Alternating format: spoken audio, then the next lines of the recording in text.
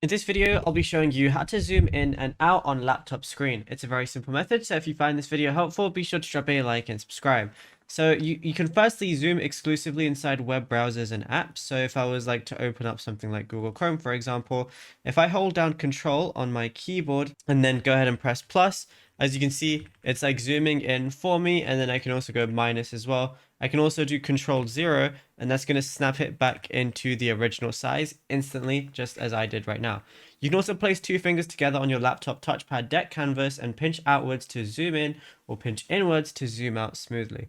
Now, if you want to zoom your entire screen layout, and then what you're going to have to do is press and hold the Windows key and then tap the plus on your keyboard, and the magnify engine will instantly trigger locking onto your cursor target. And you can hold the Windows key and tap plus again to go even further, and then hold the Windows key and press minus to go backwards. And yeah, it's as simple as that. Now, if you find this video helpful, be sure to drop a like and subscribe.